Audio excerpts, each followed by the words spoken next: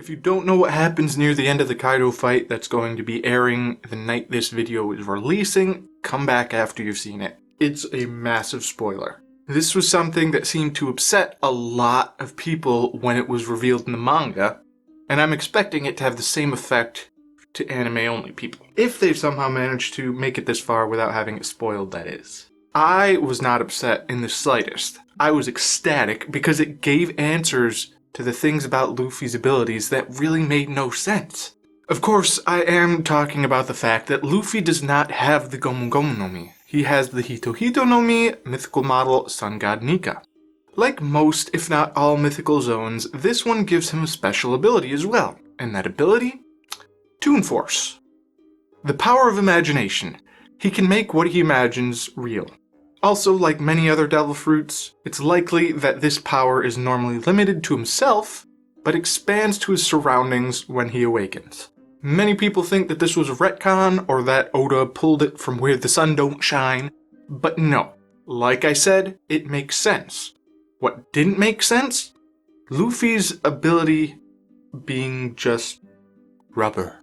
No, this is not turning his surroundings into rubber.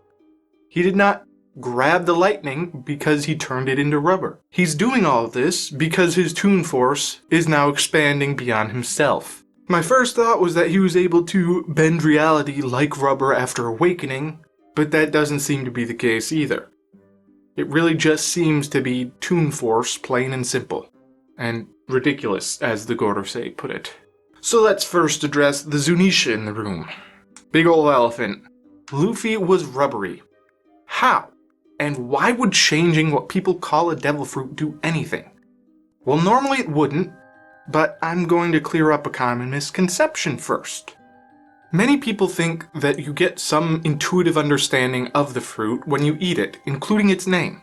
That seemed to be supported when we saw people from Wano with abilities who thought it was some kind of sorcery or jutsu using the same sort of naming pattern for their moves. But I think that was just Oda hinting that they were devil fruit users.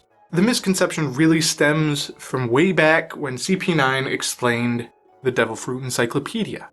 You eat the fruit, gain the powers, and learn the name. People took that to mean that eating the fruit teaches you the name and what it does. But no, Lucci was just explaining that if there's not a picture of the fruit in the encyclopedia, you need to eat the fruit, figure out what it does, then you can look it up based on the powers to find the name. You don't know how to use your abilities when you first get them, just as a newborn doesn't know how to control its limbs. Buggy would get cut, but the body part separates instead. He remembers that feeling and how to control it, practicing until proficient. And therein lies the genius of the Gorosei renaming the devil fruit.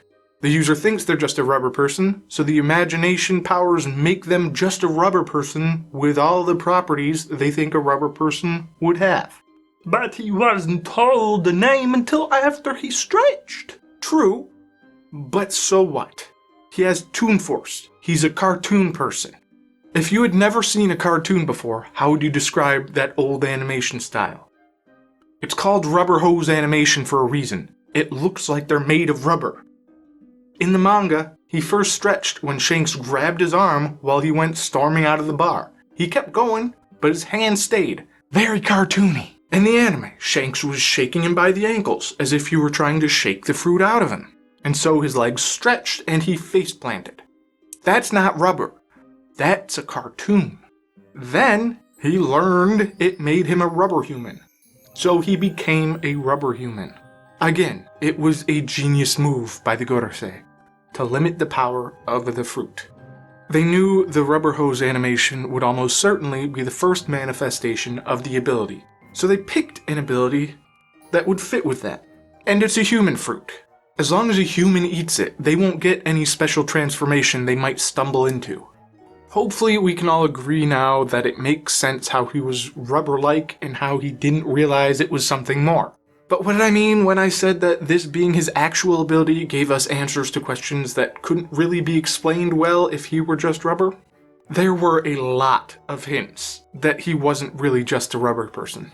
The most common example of foreshadowing his fruit that I hear people talk about is the silhouette during Skypiea, which is a terrible argument.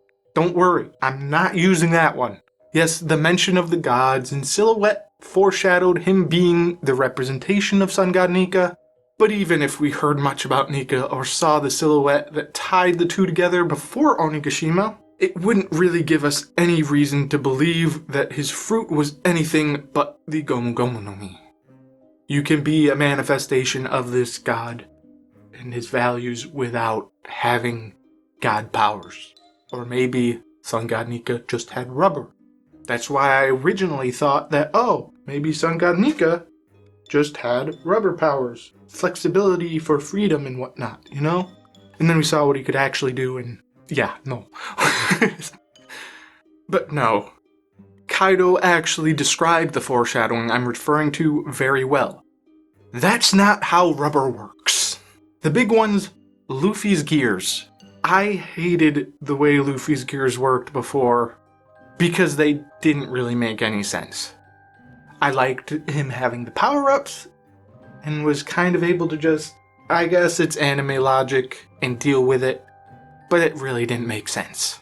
Lucci explained that Luffy could only survive Gear Second thanks to his rubbery body. But what is that? How is he doing it? By just being rubber. None of his other moves forced his blood to pump like that, so fast that he emits steam, but somehow he can make his ankles just undulate to do it. Okay, sure, it's anime. Whatever, I guess. But it gets worse. Bone balloon? No, not happening. You aren't blowing into your thumb to inflate your arm, then move that bubble to your foot. That's not how bones work. Even if the bones were connected, which they aren't, making your fist bigger isn't going to make your punches stronger. Snap someone with a deflated balloon. Ouch! Now throw an inflated balloon at them. You're just spreading out the force and making your fist significantly less dense. When he uses Gomu Gomu no Fusen, he isn't becoming heavier. The thing with the fist, Gear Third, that's cartoon logic. Toon force. Gear Fourth, same sort of thing, except now he's Popeye, who can fly by doing whatever the heck this is, with the Awakened Zone ribbon. To be fair though, we didn't really know this was a characteristic of true Zone Awakenings until, well, not then. But it is a divine feature that probably should have raised some flags. But it wasn't just the gears. There was so much more foreshadowing that his fruit didn't just make him rubber, but we always just settled with, I guess it's anime logic. Go back and watch the series with someone new. Preferably someone who's, annoyingly logical. Like me. Every time I have, that person would go, how does that make any sense? He's rubber. How's he doing that? And I've always had to agree with them. But now we know why. Which kind of makes it more frustrating watching it with them, because you can't just be like, oh yeah, he's actually a god fruit, it's not rubber. And I feel like that would, without the build-up, kind of annoy them more. Besides the spoilers. This list is by no means all of them, it's just the ones I remembered or made a note of in my watch through with someone since deciding on this video. Drinking water or milk to regenerate a desiccated arm or regrow teeth. Leaking water out of holes that would not have punctured whatever was holding the water or cause it to leak like that with no sign of it afterwards.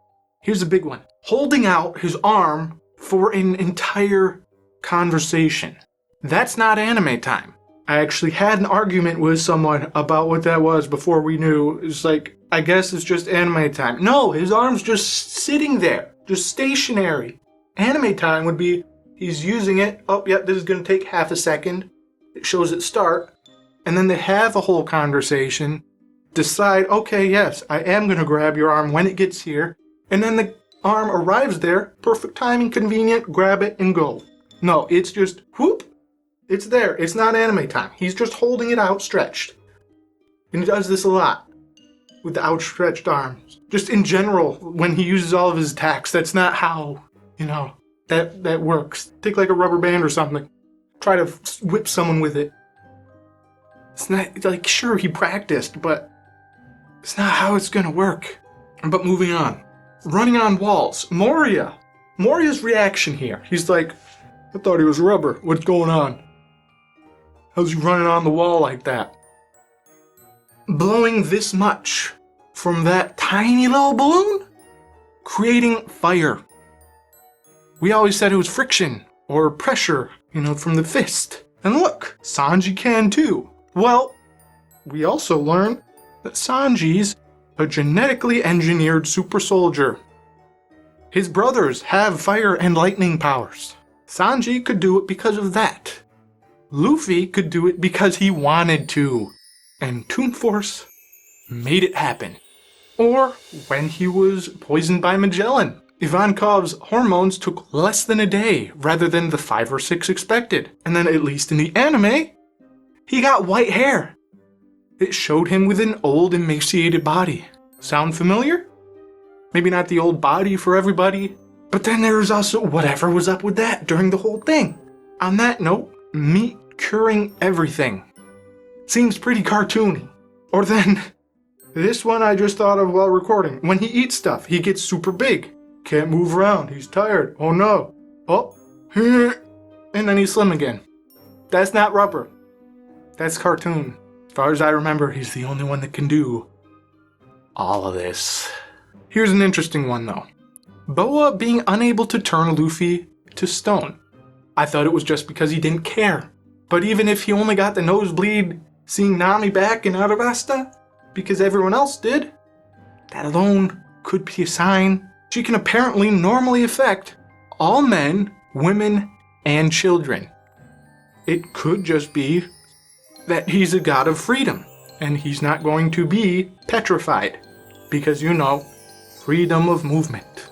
Maybe Foxy's worked because he knew it was supposed to slow him down, so it became his reality, like being rubber. Remember, he slowed down when she used her ability because he thought it was Foxy's ability. Or maybe Foxy's worked because it hadn't really begun to stir at all by then. He really only started working on his gears in response to being completely overwhelmed by Aokiji at the end of Longring Longland, which wasn't that bad an arc.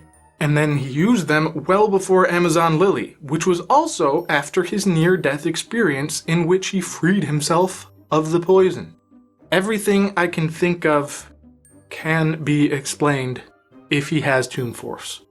The big point that even took me a bit to justify was the fight with Eneru.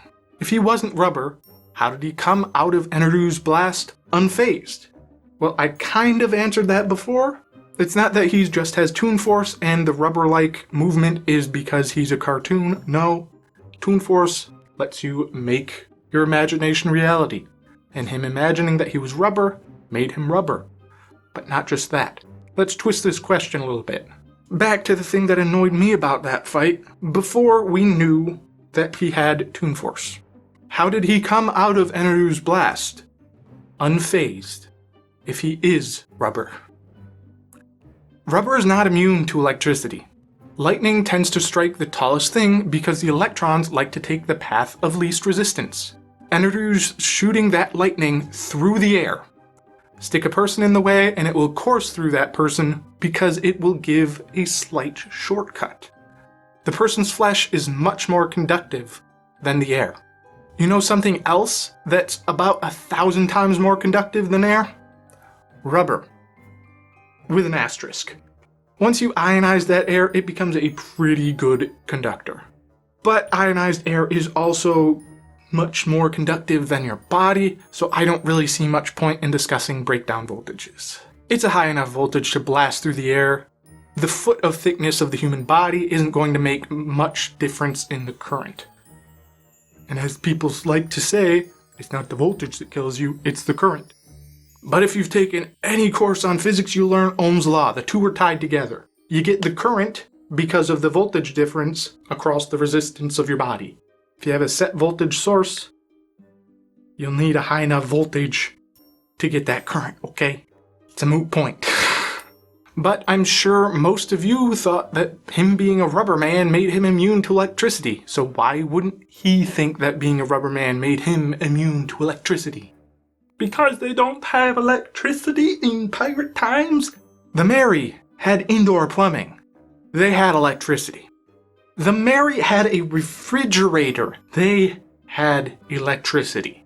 If he were actual rubber, he would have been affected. To be fair, if Oda thought that being rubber would have made him immune, he also wouldn't be affected. But more importantly, if Luffy thought that he was a substance that was immune to electricity, be it rubber or something else, he would have that property thanks to his fruit. Now let's address the still arguably valid complaint. Many people think that this cheapens his achievement of becoming powerful despite having what they describe as being an underwhelming ability. I have two counter-arguments. First of all, it hasn't been awakened in 1,000 years? That's still quite the accomplishment. And yes, it gives you Toon Force. Pretty broken being able to do whatever you want to do. Whatever you imagine yourself being. But I'll use an argument similar to the one I made before about Pell's death. He thought he would die, so why does the fact that he somehow miraculously ended up surviving make his actions any less meaningful? Luffy thought he was rubber, so that's what he became, with all the properties he thought rubber had. You liked the fact that he used his imagination to make being rubber a good power, and didn't care when his rubber powers weren't actually rubber powers. Another argument that I hear way too often is that it makes the series goofy, that you can't take Luffy seriously anymore because he's just a cartoon. He's always been a complete goofball. This series is predominantly a comedy. Oda does masterfully include all sorts of other things, but it's always been a goofy goober series. If this were like Bleach and Ichigo got this Toon Force ability, okay, sure, be upset. That's a complete 180. But this is Luffy. He's always been about freedom and being a goofball. Even if it were Zoro, I could kind of understand, okay, yeah, that's a bit of a 180 in character. But it's not. It's Luffy. It's fine. I feel like it's only people who don't really watch the series that get upset about that point. That, you know, the main character is now a goofball. He's always been a goofball. Okay? His name's Luffy. It rhymes with goofy. His family name is Monkey.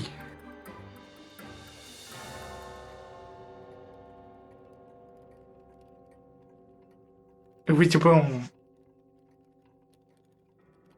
I was originally going to bring up Steamboat Willie specifically, but be cagey about it and avoid using the studio's name to avoid litigation, calling him the Willie of D.